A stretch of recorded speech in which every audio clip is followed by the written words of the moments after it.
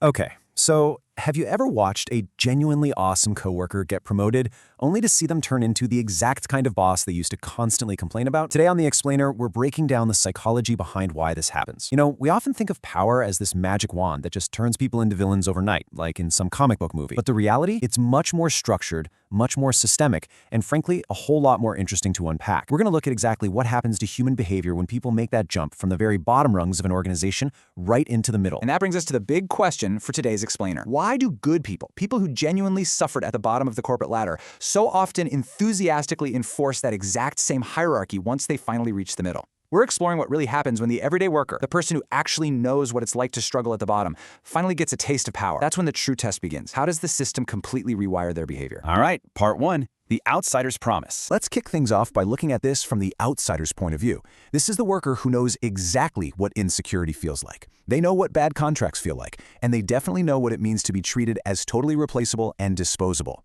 When you're at the bottom, your work life is dictated by executives who treat you as just another headcount. Or worse, the people who think a sad Friday pizza party somehow makes up for months of unpaid overtime. You live on the side of life where decisions are made strictly about you, never with you. You have absolutely zero agency over the projects you take on, the budgets you're given, or even the basic security of your own job. Because of that, almost every single worker makes the exact same vow before they move up. They tell themselves, if I ever become a manager, I'm going to treat people better.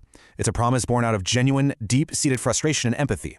They swear up and down that when they finally get the power to hire, fire, and control budgets, they won't repeat the mistakes of the people currently managing them. They fully intend to be a shield for the people below them. And honestly, it's a beautiful thought. Which leads us to section 2, the shift in incentives. Because eventually they do get that promotion, right? They finally enter the room where it happens. But the second they get there, the ground totally shifts beneath their feet. They realize that power doesn't just inherently corrupt you. It changes your entire incentive structure. The newly promoted manager discovers the company doesn't actually reward empathy or protecting the team like they thought it would. Instead, the company rewards control, speed, aggressive cuts, and rigid discipline. The system demands absolute loyalty upward to the executives and absolute silence downward to the workers. Faced with these overwhelming systemic rules, the new manager has to adapt, and fast, if they want to survive. The outcome?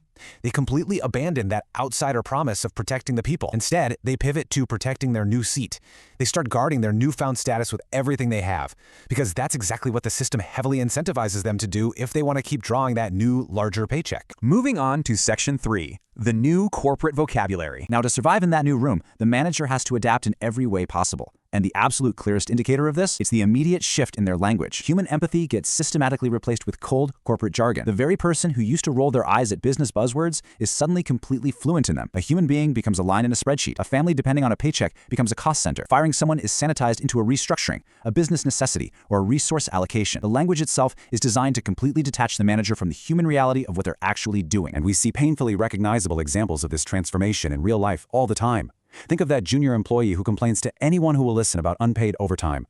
The minute they get promoted to team lead, without missing a single beat, they look at their new team and say, hey guys, we all need to push a little harder this week. The oppressed literally transforms into the demanding boss they used to utterly despise. It happens everywhere, across every industry. It's the freelancer who finally lands a full-time producer gig and instantly starts squeezing other freelancers because suddenly the budget is really tight. It's the worker who lived in daily, paralyzing fear of being fired who becomes the manager who fires someone coldly over a 5-minute Zoom call and then spins it to the rest of the team as a growth opportunity. The person who once endlessly mocked office politics becomes the one playing them better than anyone else in the building. Let's dive into section 4, the role of fear. So why does this drastic behavioral shift happen so consistently across the board? Well, we have to look at the emotional core of the newly promoted manager. It's not just about greed or naked ambition. The root cause driving this cruelty is actually fear. Power often brings a massive amount of insecurity with it. People who have recently entered the room are sometimes way more brutal than the people who were born inside it. Why? Because newly arrived managers are absolutely terrified of looking soft, or worse, being mistaken for the vulnerable people they used to be just a few weeks ago. To put distance between who they are now and who they used to be,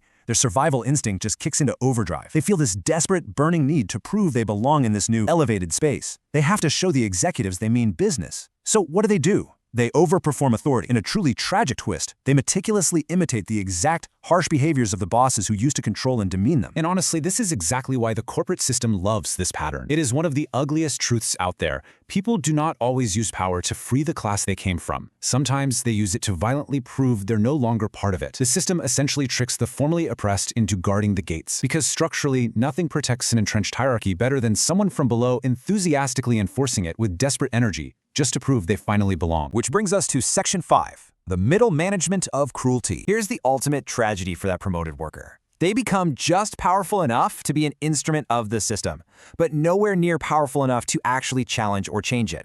Sure, they can fire someone, they can rigorously enforce the budget, and they can punish any perceived weakness below them. But what they absolutely cannot do is question why the company is built this way in the first place. They can't ask why the money solely flows upward. They cannot truly challenge the real power sitting above them. So they just kind of settle into this narrow, precise role. They become the middle management of cruelty. They aren't kings, and they definitely aren't the revolutionaries changing the system from the inside out like they promised they'd be. They're simply gatekeepers with a calendar invite. They're managing the day-to-day cruelty of the system rather than actually doing anything to dismantle it. So, what's the big takeaway here?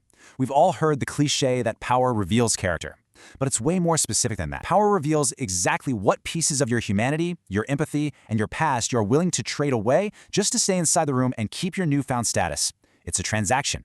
And the cost is often the very empathy that made you a good coworker in the first place. I want to leave you with this final provocative thought, a real test to reflect on as you navigate your own career and the rooms you might one day enter. The true test is brutally simple. When you finally have the systemic ability to hurt people, do you protect them instead, or do you use your power to distance yourself from the life you just escaped? Think about that next time you or someone you know gets that big promotion. Thanks for joining me on this explainer, and I'll see you next time.